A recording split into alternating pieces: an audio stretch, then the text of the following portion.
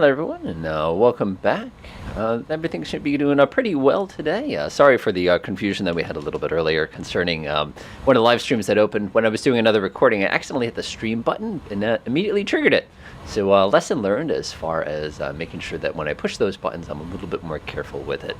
Again, for those of you just joining us, we're sitting here at lovely Heathrow. This is way over in kind of southeastern England, right outside of lovely London there. So it's going to be kind of a fun flight today. We're going to be operating the Airbus A310. When I originally sat down to do this, I said, well, we'll go do some VATSIM or something like that. And I'm like, I don't know. It's just, it's going to be a lot. I'd much rather have a second pilot for that in the event that I'm going to do something like that. So I decided to go ahead and keep it simple today with a little trip like this. So I'm starting a little earlier than usual. The reason why is there's a lot of stuff that I have to kind of get all kind of squared away before I can get too carried away today. So I'm just going to start with that process, and we're hoping to get in the air at about 11 o'clock or so my local time. So we shall see. We shall see. So first things first, let's get the FMS to behave here. I believe my ACARS does work. Look over there. Look over there. There we go. And now I've got my sim brief all ready to go. I can align the IRS. Haha, look at how sweet that is. It actually has all my flight plan stuff all pre-built right into it, so I didn't have to stress out too much about that. SID, we're not going to have any of these, but we are taking 27 right today. We're actually going to say none, and we're going to press insert. Arrival today, we're going up to Edinburgh. For those who are not familiar with my live streams in the past, this is something we have done before, and I think it was just kind of a fun trip to come up here. Like I said, it's in the Airbus. I wanted to do something in England, so I said, this is what we're going to do. All right, we'll press the insert key. That's all gone. I'm not going to change anything there. Obviously, I got to go in here and program all this stuff for the next page, and that's going to take a minute. All right, now we're all closed off as far as that stuff goes. A weather I'm not going to stress about. A checklist I'm not going to stress about. Come over here to runway conditions. I can hit that lovely refresh button, which is actually pretty handy. We're using a pretty long runway there, so I'm going to go ahead and press the maximum length. Looks pretty good to me. That looks good. Runway heading, I think it's already got a 270. One of the great things about this part of the world is that the magnetic variation is not as aggressive as it is in other parts of the world. That's all set. That's not correct. I'm guessing it's like 30-30 or something like that. And let me see here. 30-50. 30-50. One of the downsides of getting a local METAR is you're going to have to deal with the unit changes. That looks good to me. Wait, we got to get all that stuff pre-programmed here. This is where it's going to get fun. All right, so what I have today to help me out just a teeny tiny bit, and I'll go ahead and share this with everybody so you can kind of see it for those of you who have not played with this before. I have my sim brief, everything all scored away. I got my full-length flight plan. Like I said, I haven't done a lot of these airliner kind of things in a long time. So I figured, this might be kind of a fun time to sort of kind of go through the motions again. Looks like we need about 21,000 pounds of fuel here, which isn't too bad. Let's go ahead and scroll down as far as what we have for packs here. 171, 9.4 on the cargo. Okay, that's not too bad. So I'll go ahead and get that all kind of pre-programmed in here. All right, dry operating is good. Packs, what do we say, 175 today? So it's about 170. I'm just going to put it right in there. What did they say, about 9.4 in the cargo? And again, this is all estimates. I'm probably going to have to go back and tweak everything. And if fuel, they expect us to carry about 21,000. We'll put it at about 22 today. Hit that lovely apply button. I found a really fun bug with this aircraft earlier, which I'm like, I gotta fix that. Important thing here is we have our 40.8, which is the number we're gonna dial into the top here. 40.8 looks pretty good to me. Zero fuel weight today is gonna be 217,490. 217,490. 217,490. 217.5. We're gonna go dial that in ZFW. And then we have zero fuel weight center of gravity. Fortunately, somebody did the math for me. It's sitting right there at the bottom. 26.2, which isn't too bad. I wouldn't be surprised if I typed that wrong. Nope, got it right today. Hey, that never happens, I swear. All right, so we got all that set. That's all set. That's all set. That's all set. That's all set. Just kind of go through little mental things here. Flight plan looks good. Mactical mode. There's one more thing we want to change here, actually. Where is this mode? That looks pretty good to me, and it looks pretty good to me. Just going to go make sure I'm not going insane here. That looks pretty good to me. I don't see anything that's not expected. Cost index, I'm going to go ahead and change that. We don't need a nice long-range cruise. We'll do maximum cost index because fuel is free, so I'm not going to stress about that too much. All right, that looks good. That looks good. All right, let's go ahead and get our last couple details all set. Stick my head up here. We can go ahead and hit a couple switches here. We're running off the APU right now. Unless you set these switches, it will not give you the ability to come up here and dial in the last couple numbers. All right, flight level today is going to be 320, which is going to take us a second to pop in. That's not going to be too bad. Heading select. I think they've changed the way that scroll wheels work in Flight Sim. I swear it's different than it used to be, just in the last update. That's going to be about right there. That looks good to me. That looks good to me. This, I imagine, is going to be about 162, 165-ish, unless my math is terrible, which is typical on my part. All right, now we just have to tell it what we're doing for takeoff, and we're ready to get started. V1 today. Scroll over here. V1, calculate. Oh, forgot my weight. That's what I get. 238. Weight, 238. Whoops, that'd be 328. That would be a very, very heavy version of this airplane. 238's close enough. 59, 136, 137. Not bad, not bad. Big runways today, big runways. 136, and we're going to put in 137 at the top. And it looks pretty good to me. Approach 162 on the V2. Hey, look at that. Just like I promised. All right, good to go. All right, how do we do? So let's see here, our little tactical clock here. I said we need to be in the air by about 11. Close. Not bad, not bad, not bad. All right, let's go ahead and get started. Got to take my head over here, pop my head up here. Let's see, we're going to go shut these two guys off. It should get a little quieter. Yeah, it does. Let's go ahead and get our fuel pumps all squared away here. Looks good for me. Should get nice and quiet in here. Love it. Go ahead and flip ourselves over, and we're going to go ahead and get engine 1 started. I'm going to make sure we have no engine power there. All right, starting on number 1. Here we go. Or number 2, I should say. Always start left engine first. It's a very quiet start. All right, we're showing N1's coming up. Very, very quiet start.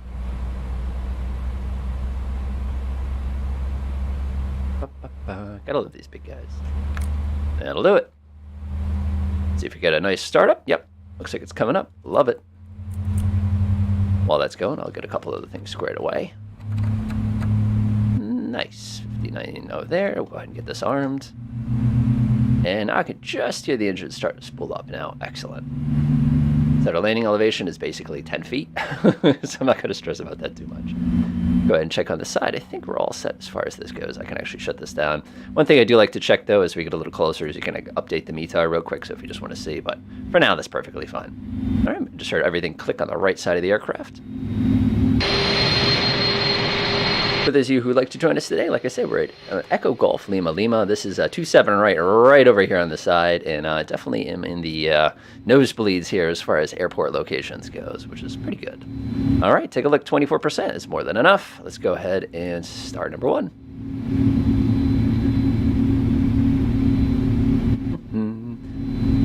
I love these older Airbuses. It's definitely more Boeing in style than it was, especially with the new ones where you have like the little joysticks over there on the side to kind of do all your controls, and you basically just click start and off it goes. This is a much more manual version of this aircraft, and I respect that. I think that's actually pretty sweet. All right, so I'm going to go ahead and hit the engage option. Let's see, we got ourselves a light off. Got my hand on the fuel just in case it goes freaking out on us. Delightful. All right, let's just go through all our switches while that's warming up. That looks pretty good to me. FPV is set. That looks pretty good to me. But we can set this now. We don't need to. Like I said, we're not going to need this for probably, it's about a 51-minute flight today. So we have a pretty good length. Not going to stress about it too much. That looks pretty good to me. All right, coming up. Yeah, it's all coming up and starting quite nicely. We'll have to kill the APU. And of course, we have to back this thing up. I have a strategy for backing up, but before I do that, one thing I'm going to do is disable damage, because what I don't want to do is back myself up into a wall when I do what I'm about to do to back up. And if you expected me to back up properly, no, I'm not going to back up properly. I'm going to use the old school 1980s technique. Yes, you know exactly what that technique's got to be. I wonder if Cirrus pilots also do this technique for backing up. We'll find out. All right, that looks like it's running okay. Engines are up. Then we're going to get a lot of angry beeps. Go ahead and pop all these guys off real quick. We're going to do one more idiot check for any lights that shouldn't be on. Looks like our low oxygen supply was off. Looks like our gallery switch was set off. Going to go float backwards. That's looking good. That looks good. That looks good. We have a couple arming warnings. I'm going to set the ignition to the off position here. We can go ahead and pop off the master switch here. And now we're ready to actually start backing up. I hear all the fans coming on at the same time. All right, let's back up. Now, if you thought I was going to back up safely, I don't think so.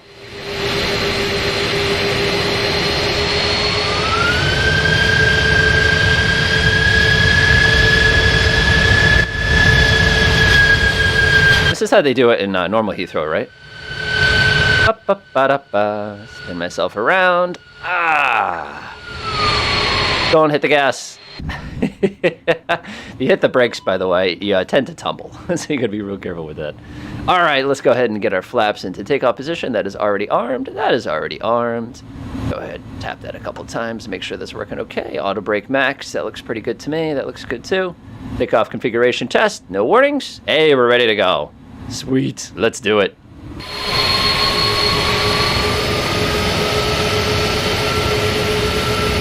looks like Simon's got the lead here. An interesting thing is, as we do this journey, I'd be curious who's going to slowly kind of catch up to us. Like I said, I had to start us a little early because there's no way in the world I was going to be able to get everything all started up before I actually was ready to go here. All right, give it a couple taps. Kind of wave. How you doing? Orbit Airlines. Got a World Travel Airlines today. Normally I do like obviously Lufthansa or something like that just to make it interesting, but this works. All right, checking for traffic coming on the left. No, I didn't request permission, and apparently there's an ace assassination that's coming to get me. It's coming to get me. Wait a minute, you're an F-15. Oh, you're an F-18E. That's weird. Oh well, what are you gonna do?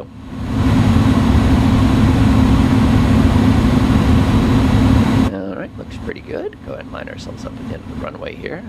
Full 27 right.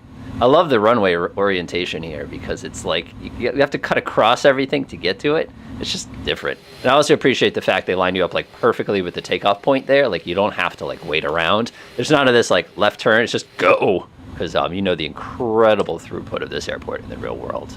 All right, let's do one set of idiot checks here to make sure everything's good. This is an airliner after all. Let's see, our flaps are set correctly. Our projected takeoff set. Our speed brakes are set correctly. Let's go ahead and get the lights in the proper position here. We're going to go set that up. Looks good, looks good. I like that, I like that. We can turn on the nav lights too. We should be doing continuous relight just in case something goes wrong during takeoff. And we're good. Let's go.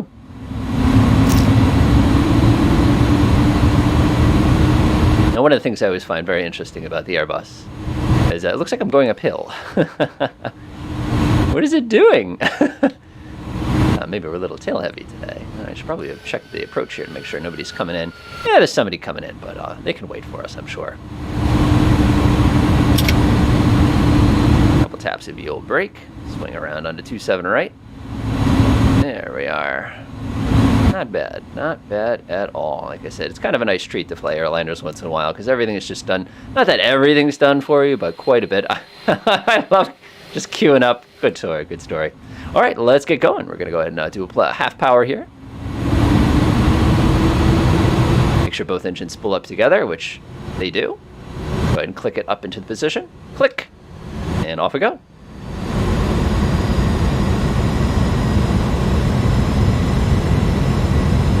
Now, one of the things I can't get over in Flight Sim that I know there are mods that modify is this is a very smooth and soft takeoff. You know, a lot of aircraft, you know, when you're taking, it's like, you can't see me, but I'm like kind of bouncing in my chair here. Like it's never this nice.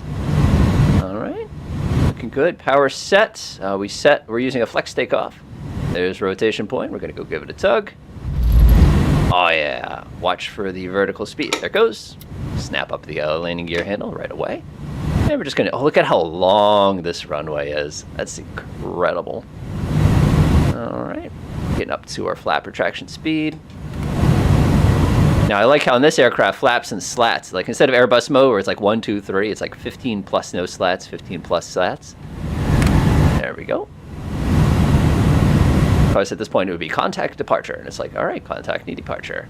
So we're going to go ahead and select promote file mode. We're going to select the navigation mode. And nothing's going to happen yet, though, because we have to get above our kind of a low altitude mode. So a little bit gentle to the right here. I wonder what the noise reduction is like over here. We're using real-world weather in real time, by the way, in case anybody's curious. We probably will tweak what time it is, because I have a feeling it's going to get just a little bit on the dark side, because obviously my time of day, it's early in the morning. Over in England, it's getting probably to be a little late afternoon. And it is the winter, so I expect to see all sorts of niceness in that regard. That looks pretty good there. Get ourselves lined up for our first waypoint, which is called Umlaut today. There we go. Now we're a little bit high enough. We can probably switch over to auto. It's looking real nice right there. Love it. Gotta love the automatic trim. Although for the record, every once in a while on this aircraft, I have to push the nose down when I really shouldn't have to. I just love this. This is literally fingertip flying here. It's one of the nice things about these old aircraft, or just this style of aircraft. A lot less work on my part. All right, about 4,000. Command A, auto thrust. All right, we'll go ahead and clean things up here.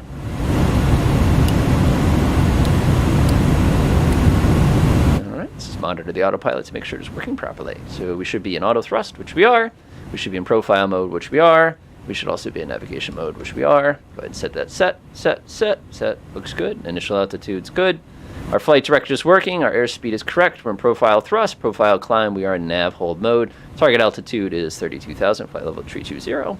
Ground speed's pretty slow. We're going to have a bit of a headwind. I don't know a lot about English weather, but apparently all the stuff seems to be coming out of Sweden and Norway and stuff like that. So unfortunately, it's going to slow our ground speed down just a touch. Confirm that the GPU did go out, which it did. We're going to take off continuous relight here. We don't need that running the whole flight. Probably a little rough on the igniters to do that. And they weren't kidding with London sometimes.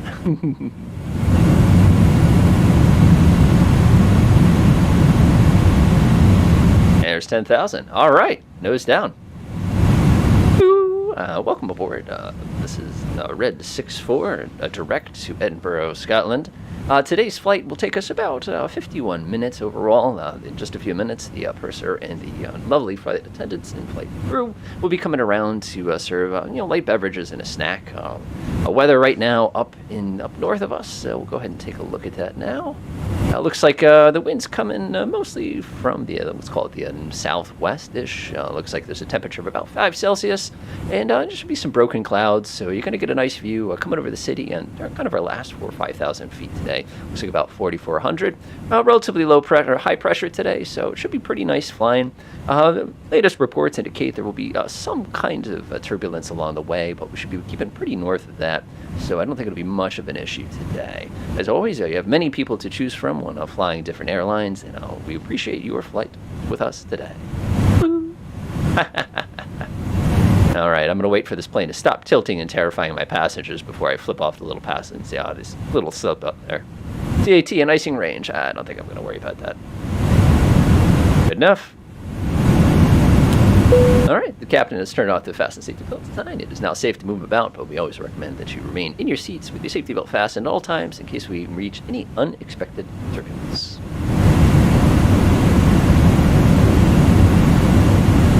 Nice. Nice. So this is one thing I love. When I used to fly a lot in an X-plane, these would always kind of be like the kinds of planes I'd spend all my time in. I love these, sort of like, I think the first pay-where airplane I ever bought was a 777, and it was the Worldliner, and it was a tank of an airplane. And one of the things that always fascinated me about it was landing it. Like if you had autopilot on for a landing, you could pull through the autopilot with the yoke and actually kind of help that last couple feet be a little bit softer. And it blew my mind that you could get away with that. And just the capacity and the range, it's incredible what you can do with these particular types of aircraft and things like that. Yeah, it is definitely a pretty day today. One of the things I was talking about with the wifey yesterday is where we want to go on holiday, and it's we have kind of a short list right now. And our short list, we're looking at actually doing a cruise, which would take us kind of up this way, like Ireland and Scotland. And there's also one that goes over to like Norway and Sweden. There's another one that goes from Iceland kind of right across like this, and we're debating it. Another option on our short list, of course, would be Japan, Vietnam, and then the other option on our short list, we're actually still looking at places like Jordan. Out in the Middle East, because we've never had an opportunity to fly any of those places. So, I hope at some point we can manage to get out there. I'll be very curious to see which one we end up with here. All right. Boo, boo, boo, boo, boo. Gotta be careful with this, because you can crank it real hard and go whoopsie daisies. That's not bad. That's not too bad at all. One of the interesting things is you probably noticed my frame rate isn't nearly as good as it normally is. This is the only airplane in Microsoft Flight Simulator that lags me. It's the only one. Like the most complicated, like the PMDG, all those guys, even the most sophisticated G1000, none of those do anything to my frame rate until you get into this plane. There's just something about it. And I can hear on my right ear that the GPU is not being stressed right now. It's purely a CPU thing or a memory thing or something about the way it's encrypted. I have no idea. We crossed our 18-hour transition altitude. Fun thing about transition altitudes, by the way, that's where we're going to switch from whatever the local air pressure is up to the 29902, which is kind of the 1013 here. In different countries, it's different settings. In the U.S., it's 18,000 feet. In England, it'll actually be in, or I should say, much of the rest of the world, it'll actually be in the ATIS to tell you transition level will be 8,000 feet or whatever. So it's actually pretty wild that, like you said, it's just different here. Time's good. We've totally forgot to do something here, by the way, and we forgot to turn on our TARA so we could let everybody around us know where we actually are. Simon just pointed out the fact that he knows a bit about European cruises. Love it. All right, let's go ahead and get everything ready here. We've got 6,000 or 7,000 feet to go. We're climbing like a freaking rocket here, which is amazing. I love that aspect of it. So one thing I like to do is I always like to, this is how you can kind of predict how your flight's going. What I'll do is I'll snap it to the maximum range, and I always try to find your next major part of your trip, which in our case is going to be our top of descent, which is going to be right here. It's still a little ways away, but interesting thing is, remember I was complaining that the wind was coming mostly out of the northeast. Like, no joke. Look at that. It's we're making about 409 over the ground right now, and the wind is 60 knots. I'm sorry, not 60 knots. It's coming out. It's coming from the northeast. Yeah, 60 knots. That's a lot of wind. Now, the interesting thing is, just looking out the window, is you can see just how everything instantaneously went from, the big clouds over London, and now it's this. Another thing I love, too, is look at how cold it is. We're getting proper contrails today.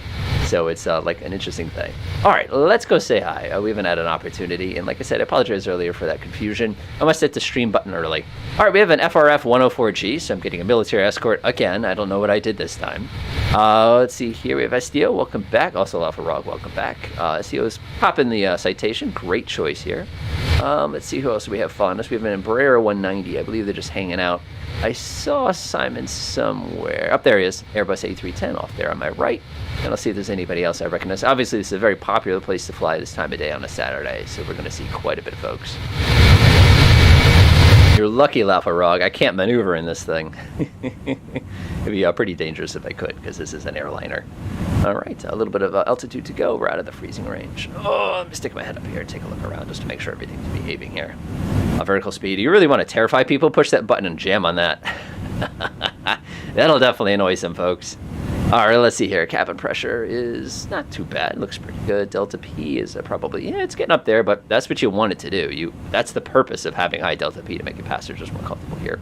This guy's out. None of that's on. Fuel-wise, we're not carrying a lot of fuel here, which is kind of the goal. I didn't want to carry a lot of fuel in this particular case. It looks like we're burning a little bit more on the left than the right today, which is no big deal. Cross feed's enabled. I don't have to stress about that. Our battery's pretty good. I like how you have an emergency HF up here, but you can't even. No flight sim I've ever used other than DCS has got HF radio that actually works. What a shame. Let's see if this is behaving today. We'll go pop it over STS. All right, good. Good. I'm glad you all agree on what direction we're supposed to be going. This is always fun to do. You go to present position, you click between the three systems, and you see if they're all the same number. In this case, it says they're all the same number. That makes me feel a little bit better. Good to know that it's working. Ground speed, obviously that should be the same in all three. Looks good. Pop it over to test. Obviously all the numbers work. NS works perfectly. So I go to pop over to heading and status. Not bad. Not bad. Everything seems to be working well. Another thing we like to do too as airline pilots is there's this neat little thing above your head that allows you to set the temperature. So right now you're probably seeing plenty of pressure, which makes sense. Temperatures are looking good, but look at your actual cabin temperatures here. Now, of course, being an ignorant American here, Boomkoff kind of a thing like that, these 23s don't mean much. It must be awfully cold in the cabin. I should jack it up and make it a little bit warmer. No, but one of the things we have to do to inconvenience the passengers with maximum inconvenience is we have to lower this so it's just cold enough to make them cold, but not so cold that they call up the cabin and demand that I make it warm again. So let's go fix that real fast. I only touched that one. Aft cabin. 1, 2. 1, 2. That should really annoy some people here. Cockpit. I'm going to leave it. Yeah, we'll leave it. And we'll knock it 1 off. That should frustrate everybody back there. Let's see if it works. Oh, yeah. Oh, yeah. They're going to be feeling that cold air rushing in and demanding blankets from the purser in no time. Oh. Lafarog doing the F-104 little dance here. Fantastic work there. Great aircraft, great aircraft. I've been having a lot of fun with the Cirrus Vision lately and having a lot of fun with the PAC 750 as well, which was pretty slick, pretty slick. All right, SDO is caught up. Fantastic work there. Probably reset it, and everything's already been reset. And I think I saw Simon off my, right off my left wing there, a little bit lower, which is awesome. All right, let's see if everything here seems to be working. Go zoom in. Looks pretty good. I'll go ahead and hit this button right here. Yeah, we're right on course here. So our first destination here is going to be TNT, which my brain immediately says it's dynamite, but unfortunately it's not. It's just Trent. So it's a Trent VOR, very, very nice little area there. And weather-wise, not bad. It definitely it feels cold. Like one thing I'm not noticing that where I am, we have quite a, we had snow, but of course this is turning into a very extended April. Seeing there's a little bit of snow kind of spread out, which is typical, I assume. I assume we're going to get a lot more snow when we get up towards Scotland, as a matter of fact. You can see just a little bit of that off there in the distance, which is kind of what I'd expect. One of the things I remember is flying commercial. Back, I remember, I think the first time I ever flew commercial was actually back in the early 90s. It was an L-1011. So for those of you who don't know, it's a really neat 3-holder aircraft, and it's a very, very unique one. And I just remember just how absurdly huge it was. Like a thing where, like, how on earth are we able to fit that many people into such a, like, it didn't look big when you look at it on the ground, but you climb into it and you're like, there's hundreds of people on this plane. I love the door on the side, by the way. Such. Now, you know, it's a good time to do. There we are. Ugh. There we are. Okay. Oh, hey, how you doing? Yeah, you got any tea? Yeah, just whatever you have. That'd be awesome. Great. Awesome. Thank you. I'll go take a peek. I love the fact that apparently this is it. We're the cargo version, so there's no going anywhere from here, but at least we have a little spot where we can come by and have a little snack and everything like that. All right, sneak back in here. Go ahead and close that up. We're not really supposed to be leaving that open just in case. Love the jump seat. I feel sorry for that guy. All right, now 32,000 feet is our altitude. It's a good time to go ahead and double check to make sure we're burning the fuel the way we're supposed to be burning. Go mash the update key. We'll hit pred, and let's see just how close we came. How's it going, Rob McShrub? All right, final time. We're supposed to be leaving. We got about an hour of extra fuel. We calculated for 45 minutes. Not bad. Let's see, an hour 6, 4.9 we should be landing with, which is not bad. I like that. So we have plenty of extra there based on our reserve. That looks good to me. We have 16,000 on board. Center of gravity's fine. Triple pause, 36,000. Yeah, we're doing fine, kind of a thing like that. So Lava Rog comments, it may not be the best aircraft for escorting airliners. I would ask something like, why? But that might have, it's an F-104, so it's hard to slow down. There it is. There it is. Yeah, I was going to say that's actually definitely going to be on the trickier side for that particular purpose. Nice. Anyway, back to what I was doing here. So what I'm going to do is I'm going to take a look at how we're doing here and see how carefully calculated our flight was, which in my case is never that good. All right, let's see here. Trent, we're supposed to be crossing at 15.7. So let's go head over, and we just about to cross it, and what do we end up with as far as that goes? 16.7. So I must have gotten us airborne a lot quicker than we anticipated, because I've got about 1,000 pounds more fuel than we expected to crossing that particular point. Now keep in mind, the SimBrief does not necessarily agree with the airliner, because again, there's going to be differences as far as how much I'm burning, how thin the air is, and obviously there's going to be a lot of different calculations. But one of the things we can do is we can write that number down and then recalculate it later to see if we can get it closer to actually match the real performance. So for those of you who are hardcore, kind of like airline performance nerd types, you could definitely have a lot of fun as far as getting those sort of items all calculated and getting it as precise as possible.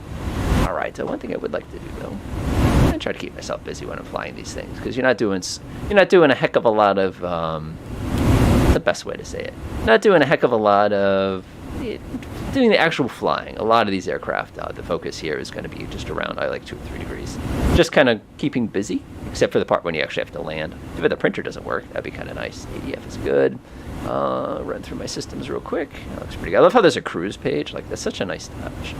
Let's see here. Engine looks pretty good to me. Nothing seems to be untoward. Let's see here. Hydraulics are fine. AC, not bad. 90 degrees Celsius. DC, nothing should be bad here. Nope, nothing's bad. Bleed air. Obviously, we should be bleeding air pretty aggressively here. 45 PSI. I like how it's PSI, but it's Celsius. It's kind of weird to me, but again, Celsius is an easy unit to work with. Air conditioning, everything should be fine. We saw this a minute ago. So I bet I could freeze the guys in the back even more. All right, looks pretty good to me. Let's see at the pressure page. Let's see, looking fine. 6,000 feet's nothing. Fuel, it's pretty good. We still have a little, I like how there's a trim tank on this plane. It just gives you an idea of just how big the fuel tank on it is. Beautiful. APU should be off, which it is. Flight controls. Every once in a while, if you watch ultra carefully, you're going to watch like this. It like goes boing, like that, just a teeny tiny bit. And you'll also see the elevator trim go click, click, like just a teeny tiny bit. But this is going to be relatively mellow because we're not flying through turbulence. Obviously, there should be nothing there. And there should be nothing here that I have to worry about. And everybody's fine. Delightful. And then, of course, we can just come back, boop, hit the status, clear. You can just push it again. You can go shut it off, and it'll take you back to the default page. What a neat plane. Love this thing. One of the things, another thing I appreciate about this style is I'm not, as everybody knows, I'm not a huge modern Airbus guy. But this is definitely more of a blend between Airbus and Boeing, and I think I kind of like it in a lot of ways. All right.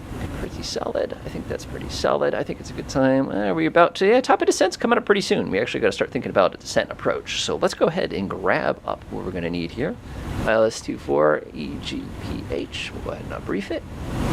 Go see if I can grab this for everybody real quick. So if, for those of you following along, can follow along with us. All right. Gotta love the Jeppesen style plates, because in the US, you can get Jeppesen style in the US, but it's a little bit different here. ILS-24. ILS-24. Or is it going to be 24? Oh, you're going to make me earn it, aren't you? I actually got to search for it the old-fashioned way. Oh, well. Those are all the stars. We're not using one of those today. Those are SIDS. We're not using those today because we're arriving. Let's see here. That's runway 6. We're not doing 6. We're doing 24. Got it.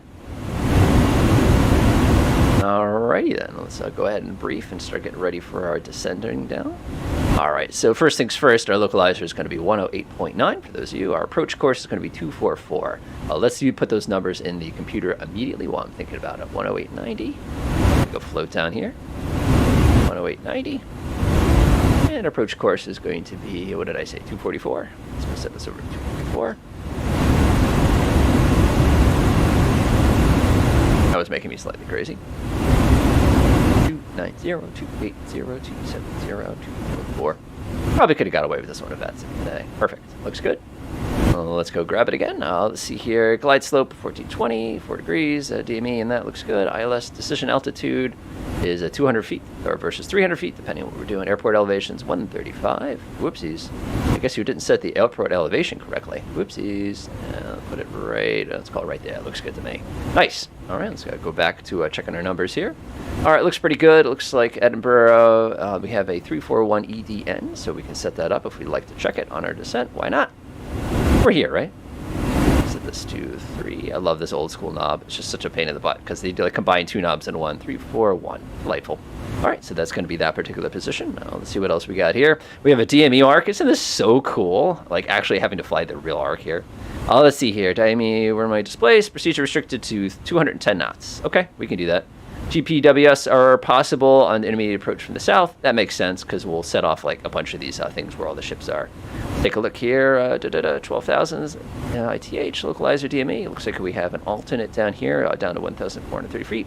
Initial altitude is going to be 3,000 feet. It's going to be our target. Let's see here. Glide slope looks pretty good. RVR, we have plenty of visibility here, so our minimums are going to be delightful. But we're not circling to land. We're going straight in. Just take a look. 200 feet. We have the height versus altitude. Altitude will be 300. Height will be 200. Looks good to me. MDA. That's how we're not doing that. That's if it's out. 200. I think we set that already. Yeah, look at that. I love how it just boop, boop. Good to go. All right, let's get ready for our descent. I think our top of descent altitude was 3,000 feet. I love this. You can just set it and just kind of ignore it for a while. And then we don't have to do anything until you're going to see this little magical, it'll be this little diamond that appears right here. We just go tug, and we give it a tug, and then basically the only thing we have to do is put the landing gear down when we get there. I just think that's so wild how that works. All right, let's keep looking. I just want to make sure I didn't miss anything here, because that'd be pretty embarrassing on my part. Decision altitude, that is decision height. Decision height will be 200. Yep, that's set correctly. Decision altitude is 3. I'm just looking to make sure I'm not missing anything here. Missed approach point, missed approach procedure. We're going to proceed to stay on runway heading at 244. We'll program that in a second. This looks good. 244, 244, 12 nautical miles. I'm just kind of going through it. Ground frequency, approach, obviously we'd be talking to those folks this entire time, so I'm not going to worry about that too much, but we can get that put in there. Why not? Approach is 121.2. And the interesting thing is, having flown in the real world, I've talked to a couple approach controllers now. The best part is when approach hands you off the tower, that's how you know. It's not that you're in trouble, it's just that you're a little close to the airport. All right, Edinburgh Tower will be 118.7. All right, looks good. On our other radio, we'll go ahead and get our ATIS, which is 131.35. Whoa! One thing I love is the way your head moves around. One thing I hate is the way your head moves around when you're trying to like push something. All right, 131.35, and that is good to go. Delightful. All right, we'll go ahead and get the ATIS when we get a little bit closer. All right, we've got about, we're getting pretty close. About 60 nautical miles to go at this point. Let's see here. It looks pretty good. We don't need prediction. I can go to progress here. Looks good to me. Quick update. See how it's doing. We'll be on the ground. Yeah, there's an optimum altitude a little bit above us, but we can't use that altitude because the wind would be too strong for us. That looks good. That looks good. Destination 166, 166 for about 20 minutes or so to go, so not bad at all. Good time to stretch myself out here. Oh, nice. Oh, take a look at our escort. The bummer I don't have the FRF version of the F-104, because that would be awesome to watch. You know, seeing this, you know, fancy military jet just kind of hanging out there. But as he was saying, that if you have any sort of weight in that plane, it's going to give you some issue. Interesting. I don't name these folks, I just kind of see them. All right. Simon's caught up. I don't think they're with us. I know Simon's with us, I know SDO's with us, Captain KV, and of course I know Lava Rock's hanging out with us today. Oh, I found the snow. So one of the things I always see is, like, whenever you watch movies about the United Kingdom and the U.S., you know, you never see snow. You see, you know, rain, you see fog, you see, you know, people kind of bundled, but you never see, like, you know, people shoveling. It's just, I don't know, it's just one of those things that is, like, you just never see it in the U.S., but I'm pretty confident they do get snow over there, so it's kind of one of those things. This winter for us has been almost no snow at all, which is crazy because instead of snow, we've been getting rain in ridiculous quantities. Like, we're supposed to have something like, I don't know, like 20 centimeters of rain so far, and we're like 50 or 60. It's incredible. Like, we become tropical. I just wish it was a little warmer, then it would be tropical, but yeah, what are you supposed to do about that? One thing I will do, though, break this up just a little bit. Is this the one I want to change? Yeah, it's pretty fine. I don't mind that too much. Now, in the old Airbuses, or the new Airbuses, I should say, all your fancy lighting tools are actually right here. So you've got your little overhead lightness, and you also have your pedestal. Make that just a teeny tiny bit. I don't need to... Oh, no. Oh. You guys have to check your little color there.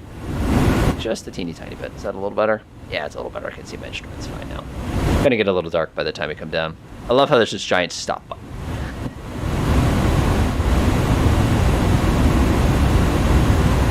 Actually about where I want. I'm actually going to turn this down just a little bit. Always the guy before me. I just don't know what their deal is, but they just crank it. Crank it up a little. I don't think there's going to be any, but I will turn it down just a little bit. That's a little better, because it is going to be pretty dark by the time we get down. I did shut that off, didn't I? No. Die.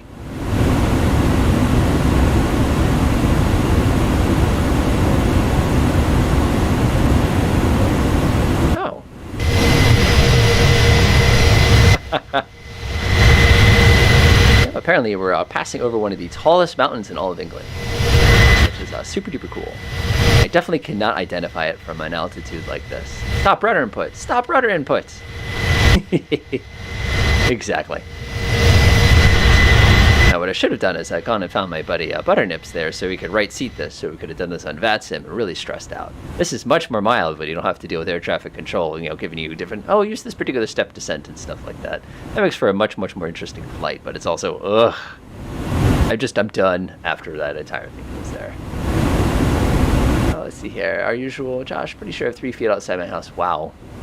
Like, we got nothing like that, like I said, this year. It's been nothing. I know I'm going to eat my words in, like, February, because we'll get, like, 2 weeks into February, and all of a sudden they'll just, like, click the switch from, like, April back to January, February, and it's going to be all the way down, kind of a thing like that. But we'll deal with that when we come up. Alrighty then. So we got about 45 miles to the top of descent. In just a moment, I'm expecting to see this little guy up here, right here. It's just going to kind of show me off exactly what I need as far as vertical descent. They did a really nice job in the vertical descent on this aircraft. I really have not had the fits with it. Like a lot of times, like with the Boeing 737, it'll say descend now, like you'll hit the top of descent, you'll pull the throttle back, you push the button, and all of a sudden you get add drag or drag required. And it's like, oh. One of those pilot things, of course, is like, can I cut the throttle at cruise altitude and not touch it until I have to taxi off the runway? You know, that's always an amazing exercise in energy management for those of you who want a real challenge. The trick there is whatever you do, don't put any speed brakes out or anything like that until you absolutely know you need to, because you'll just run right out of energy, and that'll be the end of that. Memorandum.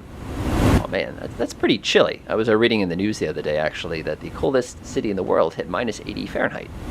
So in eastern Russia, I believe, is where that's located. Yikes. I hope my fuel doesn't start getting ice in it, because that'll definitely slow me down. Ew. We're supposed to be landing with like 4 point something, so I think my fuel calculations were definitely off. Oh well, good enough. This is so cool. I love how thin, like, not that when you look at the UK on a map, it always looks so much smaller than it actually is. Like, I mean, basically, it's kind of like the Florida thing. When you're flying over Florida, you can see from one edge to the other, like, really simply. But even up here at the narrow part, it's like, it's over there somewhere, I think. But I'm, again, not 100% sure. Oh, another thing, too, if you want to read something fun later, they're doing some research on contrails and coming up with ways in order to reduce the harmful effects that they have. But unfortunately, right now, I'm doing anything but that. Although I'm a little curious about the Airbus's decision to go with square or rectangular contrails. It's kind of an interesting, design choice. Maybe that's why the Boeings have the chevrons in the engines. Now I know those are for noise reduction. All right, take a look. Looks pretty good. One thing I would appreciate is if that's the way I want it. I believe there's one more up here. Of course, if it's an emergency and you really can't see, you got that switch. But I should not need that. Looks good. Yeah, I think the passengers are too warm. Oh, that's me. Ah, there we go. That should get their little elements here. Oh, we can lock the door. Cool. And then, of course, the voice cockpit recorder is not detecting my voice at all. I should probably get that looked into, but I'm not worried about it too much. I wonder if we are close enough. I still think we're about 100-something miles away. Yeah, about 121, so we're definitely getting pretty close. Now, let me ask our chat here before we have to get serious with landing and all of that. England, Scotland, Wales, Ireland. Which one to visit first?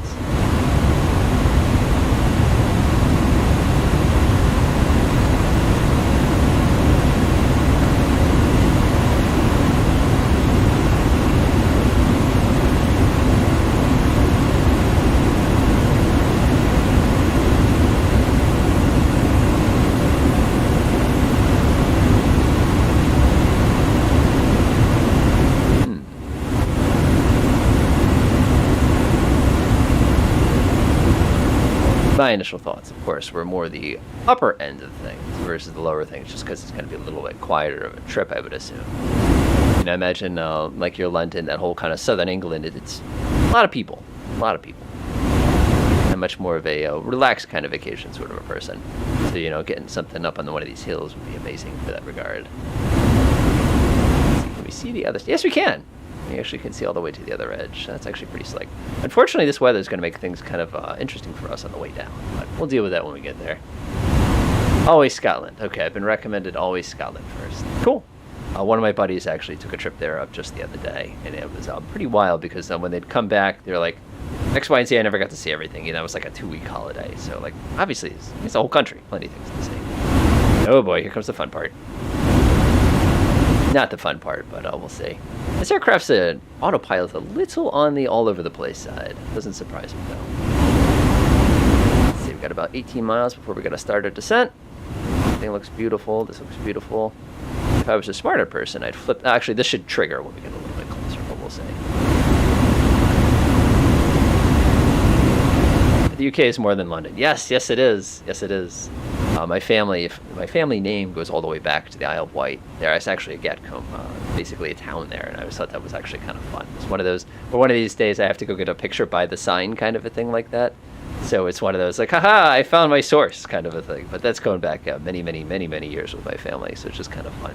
We don't have a lot of them. There are a few of us. But I guess it's just kind of one of those things I got to do someday. Of course, to me, the most English thing, or most, if you're on this island, you have to take the train at some point. That's just, I've made that comment 100 times, but like, it's just so built into my head that that's just what you have to experience. 3,000. Let's do a quick mental check here. There's no way we're going to run into it. I'm just making sure I'm not making a huge mistake here, because there is a mountain range right outside of the actual city. We have to kind of come around and go around the water for noise purposes, probably also to make sure we take advantage of the better wind. Just want to make sure I'm not about to do something really dumb, like, fly through a mountain range as we're trying to reach down to 3,000 feet here. Now, this is fun, because if you are in the newer Airbuses, this is a different control. Now, in the old Airbuses, you pushed in on this and you got thousands and hundreds. In the new Airbuses, you push in and you're giving the aircraft control. So in this one, I actually have to tug it out, which is like, I'm going to say it's backwards to the way that we see with the more modern of the Airbus choices here. I actually find this plane easier to fly, other than the frame rate issues, than the 320. The 320, I just don't get along with the whatever the fly-by-wire is on it. It's just something about it. All right. Ooh, this is your captain speaking. In just a few minutes, so we're going to begin our descent down into Edinburgh. Right now, we're looking at a pretty cold weather, so make sure you go ahead and think about bundling up after we completely stop and disengage the seatbelt light.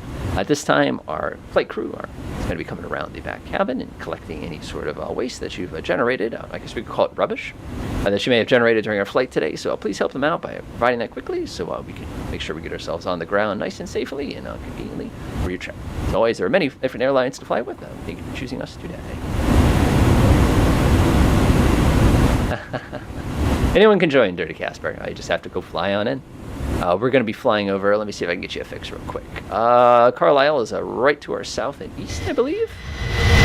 It's right there. This will be Carlisle right there. That's Echo Golf November Charlie for anybody who's looking for a place. And obviously you've got this big region here. And if you go up a little bit north, it's going to get quiet. Like I said, we're going to start a descent. Just a moment here. Oh, descend! Descend! You distracted me. Well, so much for descending on time.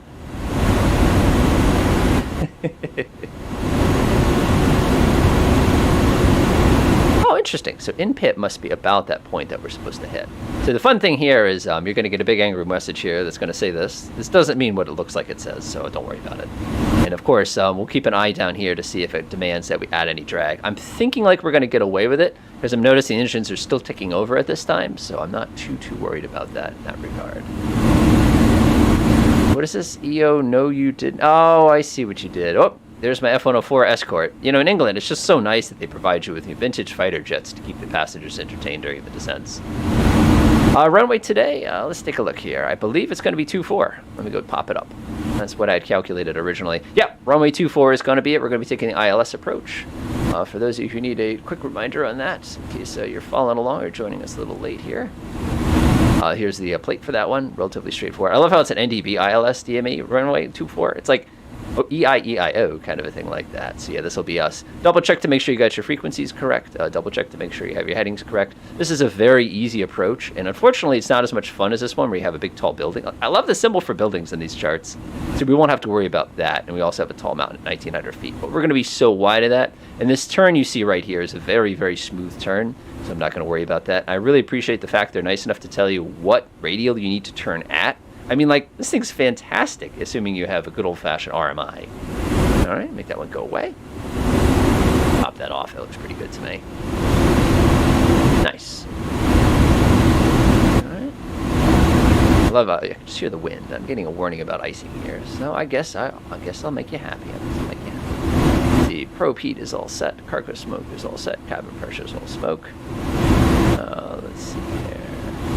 Blind here, which is something typically that I would do. That looks good to me. That looks good to me. Hydraulic power. I love these lights, how they're not even. Like, it just puts a smile on my face when they put little things, like little details like that into things, because it just makes it, I don't know, just one cooler in my mind, so to speak. All right, looks pretty good to me. We'll go ahead and think about anti-ice. Let's see here. We have alternative mode. Go ahead and hit those two. Wing supply. I'm just going to flick that on, just in case. I don't think we're going to get too much in trouble with this, but we'll be ready to go.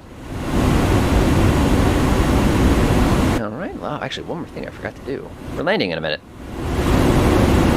Alright, let's do some mental checks here. So we're going to be landing at wing flaps 3040. Our approach speed is going to be 132 knots. MDA, we've already dialed all that in. I mean, you can come in here and, like, if you want to get some stress out, you can do something like that and close. And, of course, at any point, we can come over here and mash that button, but I don't need to. No wind correction, landing weights 244 to 132. Man, that's slow. This thing must have really good flaps.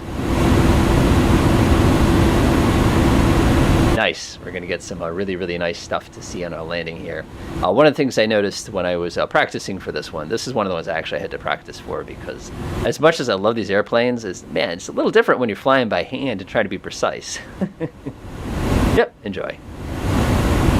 Let's see, anti-icing is on, wing anti-ice is on. We have quite a bit of altitude to lose here. Let's see if we can go ahead and pick up the ATIS. I think we're way too far for that. I'll try. We'll see what happens. I'll stick my head down here. All right. Whoop. Let's see here. VHF2. Crank that up. And VHF1 should be cranked all the way up as well.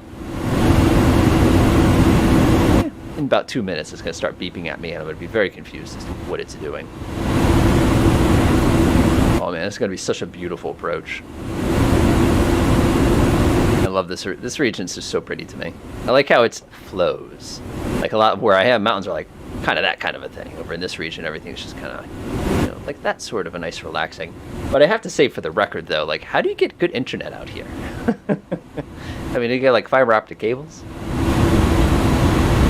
Yeah, Christian, believe it or not, the ATIS it's tough to use. In the real world, one of the tricks that I've learned is you can disable the squawk on the radio to pick up ATIS at a longer range.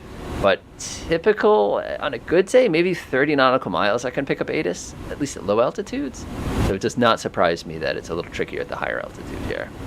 Of course, we can pop that up. None of my things are in use here. Not worried about it. I love that. Progress page. Destination looks pretty good. I'm not going to do well. GPS primary, so be it. Fuel prediction, I'm not worried about any of that. This looks good. Oh, pressed the wrong button, didn't I? No, I'm good. 5. Yeah, we'll be there in 12 minutes, something like that.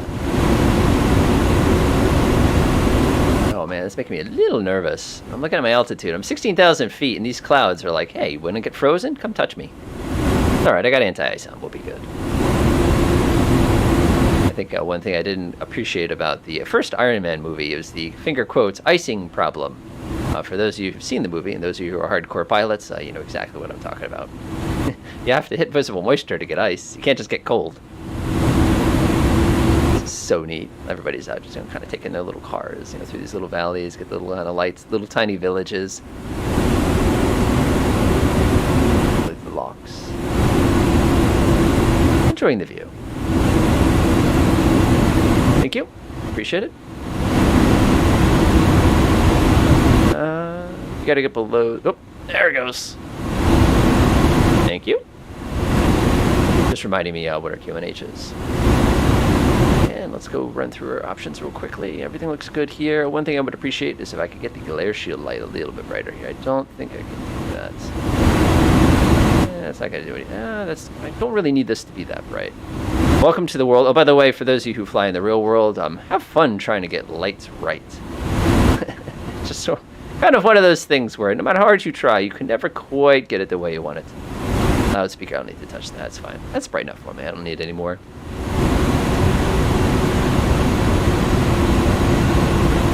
Very noisy aircraft. I think it's really the wind noise. I think when they did their mixing, they probably went a little too high with it. Forgot that wind noises are kind of annoying. WX. Yeah, it's fine. Yeah, I got it already. And actually, one of the cool things with this plane is you can actually come over here and press update, and it'll do it automatically for you. So you can see the wind is basically down the runway for us. So this is going to be a very, very simple landing. Nothing stressful at all. Oh wow, clear air visibility. Okay, that's improved. So our weather actually got better. So that's actually pretty cool. It's actually pretty cool. We are a little high right now, but I don't need to worry about that because, like I said, when we get a little closer, we can always hit speed brakes. I just rather not touch it at this time because we're going to have to cross it 10,000 feet. We got to get a little bit slower. It's probably going to yell at me in a second when we get a little bit closer as well. Just imagine like the little pubs and like little kind of country corner stores and everything. At least that's my perception. I don't live here. I've never visited, so it'd be interesting to see how it is.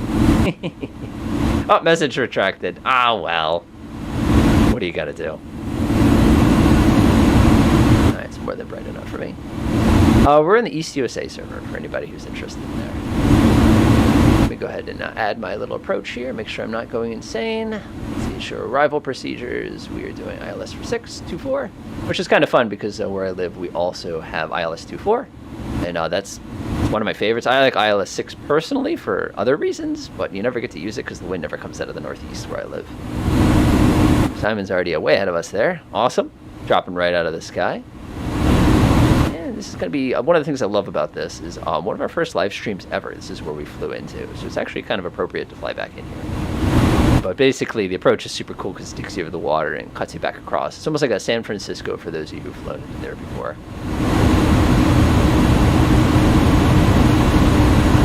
See, that terrain's on. Bottom of descent. Speedberg Sim Deck, this is it's an Intel i9 10850K. We have a GeForce 3080, 32 gigabytes of RAM, solid state, everything under the sun.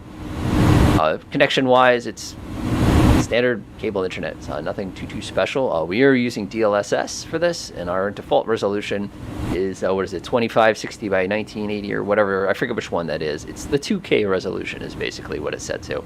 Although, for the record, this aircraft lags me. This is the only aircraft that does. Works well. And one of the fun things about DLSS, of course, is everybody argues about its value. I like it. I love the little landing lights in this plane. If you look really closely, these guys, aren't they so cute? They just sort of pop out. Now the real question is, why did the landing lights not turn on? I'm pretty sure I set them on. Whatever, I'll be able to see just fine.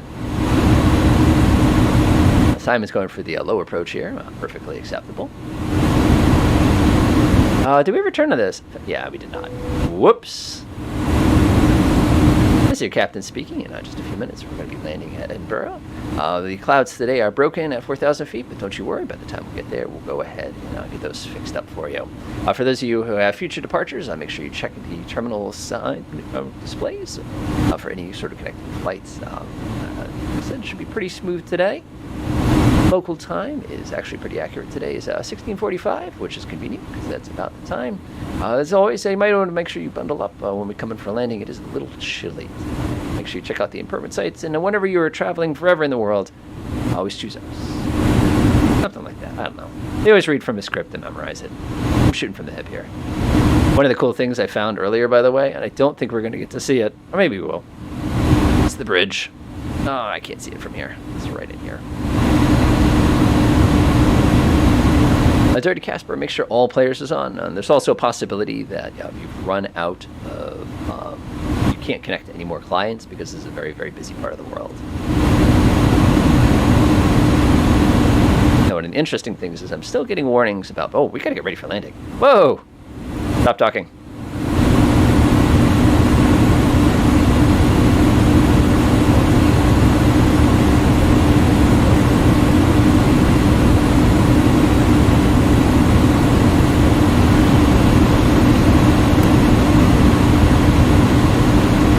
If you get the plane ready.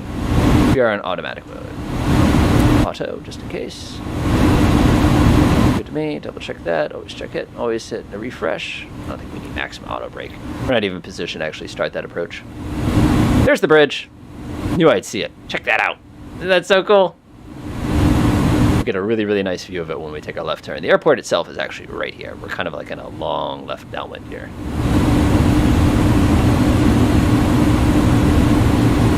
That's so cool. I love that. We'll get a nice view out of her right window when we get a little closer. All right, transponder after landing. That looks good to me. I'm not going to stress about that too much. All right, let's get ready. We are a little high. Nothing terrible here, but we should, if you actually look at the arrow, we should hit our position like a millimeter before we're actually supposed to hit our position. So nicely flying. Nicely flown, even though I almost completely missed it. Of course, we have to slow down. We're supposed to be doing 210, and we're doing 250. So we've got bigger problems as far as this approach goes. They would have slowed us down a very long time ago. Nafarog's going for the teardrop entry here. Simon's way ahead of us. You can see he's going to be taking his left turn in just a few seconds. It'll be like a whir, and then he'll line himself up for landing here. And then we have to play the try not to run into him as we get closer game.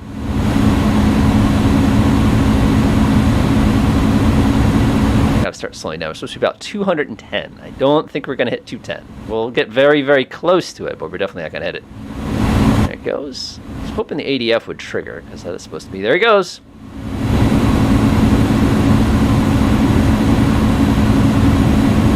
Falkirk Kelpies. I have no idea what that is.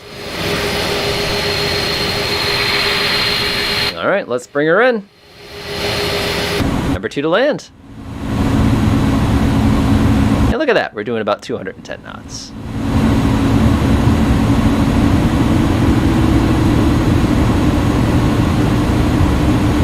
Almost perfect.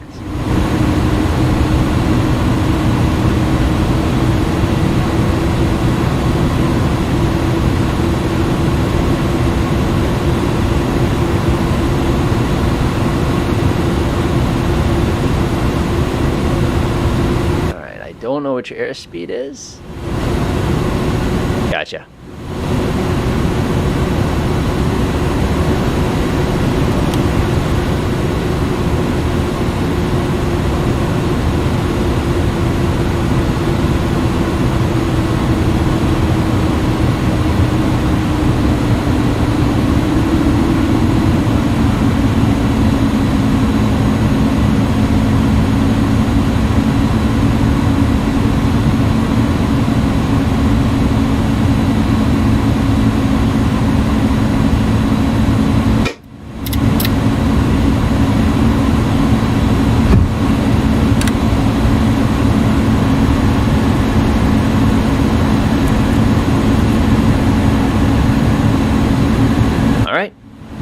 soap capture. Let's get the plane dirty. Hey, the landing lights finally came on. Unfortunately, I just cut Simon off. Sorry about that, buddy. There's our lovely landing. A little bit below glide slope. Not painfully or anything like that. Mythical creatures. Oh, that's cool. That's more than close enough. If you want to join us for the picture today, I'm not going to go crash this thing into the water. I think that's just inappropriate. But what we will do is we'll get a great view of the bridge. That is so cool.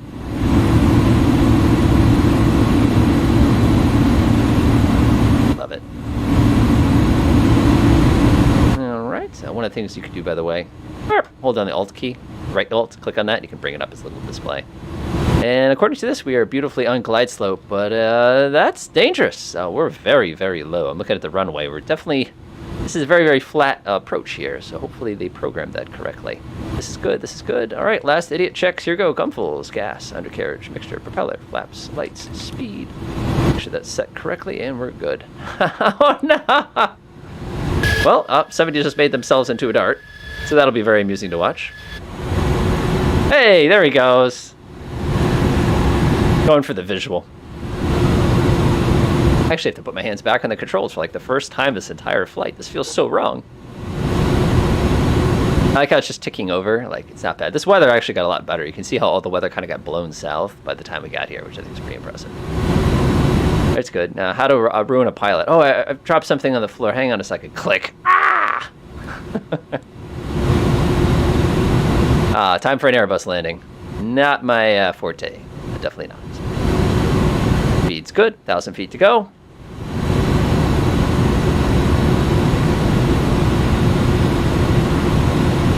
We probably should have transferred over to tower at some point, but mistakes were made. Now, one of the fun mistakes I always do with this plane is I disable the autopilot without disabling the automatic throttle. Now, if you do that combination, you're going to get a bit of a surprise. Dirty red one. Ah, I see what you did there. For the record, I will probably float. 400.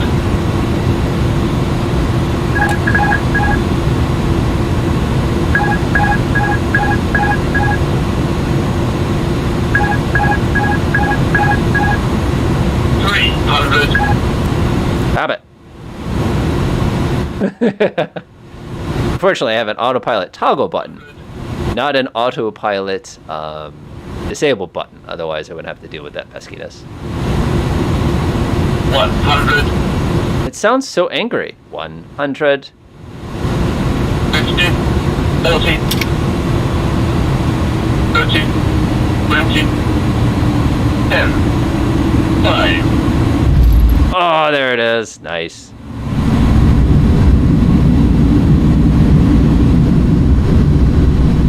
Oh. We're here. Now, in my infinite brilliance to attempt to land the aircraft safely, I've created an interesting situation where, unfortunately, where we need to be to get off this runway is, like, over there. They don't let us use this one. Ah, it didn't have a light on. Oh, well. All right. That was nice. Now, my probably not 100 as far as percentage points goes on that landing, but definitely soft enough. Within standards for commercial landings, especially since they don't have oodles and oodles of time on this thing. All right. Let's go ahead and make our way down to the end. As always, we've reached the end. I'm going to go park out by, I think it's gate 1 there. If anybody would like to come and join in for a quick picture, feel free to do so. Oh, boy. Let me turn on my turn-off lights here, because I cannot see a thing. There we go. I'm sure somebody's about to crash into me in a second. There we go. Man, this thing's a lot bigger than the P-38, that's for sure. Nice. Awesome. All right, heading over to gate 1. Let's see, gate 1 I think is a left turn here. And then we gotta go up, and I think it's the farthest gate from the right, so make sure I'm not cutting too many people off here.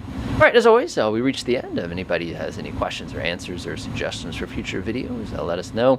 We have some interesting things about the GPS 500, the GNS 530 that Working Title came out with. I think you folks will like that. We also have a couple things about landing coming up in the next few weeks. But if anybody has any particular ideas, now feel free to throw them out, and I'll kind of make it work. All right. Dirty Casper, you're having way too much fun. Oh, Dirty Red One, I see what you did there. I see what you did there. You've been hanging out watching. I get it, I get it.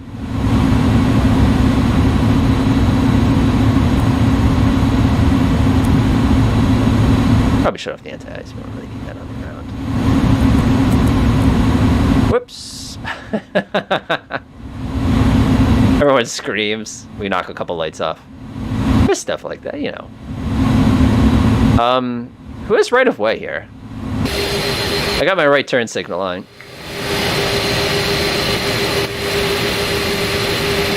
Yeah. Good day, sir. Good day. I'm tipping my airplane hat.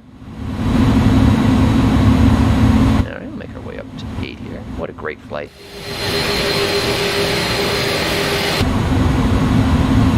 Not bad. Not bad at all.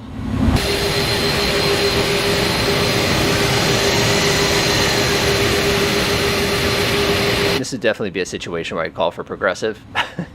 Request progressive taxi. I'm so lost. I believe it's right there. I'm going to run into this guy, aren't I? Uh-oh, they've come to pull me over. They saw me fly. Oh, well. There. Is that the gate right there? I see a gate. Oh.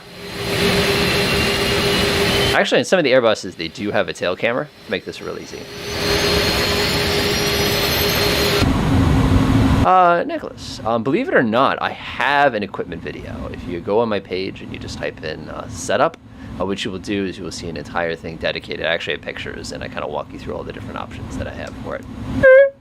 This is everybody's favorite part of the flight. When you pull this switch right here, it makes all the passengers instantly panic as soon as you shut the thing off. Ready for like an enormous amount of people clicking on and off things. 50 minutes. Whoops. I want to do that. Whoa. Continue. I wasn't done.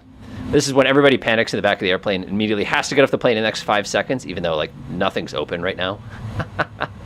All right, let's go ahead and get our picture. I'll go ahead and adjust things just a little bit. This thing is beeping at me an awful lot. Let me turn the lights on just a little bit here so we can see. All right. That looks pretty good right there. Not bad. All of the airliners. Ready, set, pull that out. Print screen. Fantastic. All right, folks, as always, thank you for joining us. Like I said, this is a pretty good run. I don't usually do the airliner stuff. I know it's kind of rare, but it's kind of fun once in a while to climb into something that's as automatic as this. I think most of airliner work is the pre-setup, more so than the actual operation and flying of it. Although I do appreciate that everything's a little more complicated, but you don't have to worry about, shock cooling the engine or anything. You just have to worry about running out of gas. One thing I'll leave us with today is I'm curious how much fuel we ended up with when this ended. The calculator said 4.7. We ended up with 10.3. So I wonder what I did wrong. But as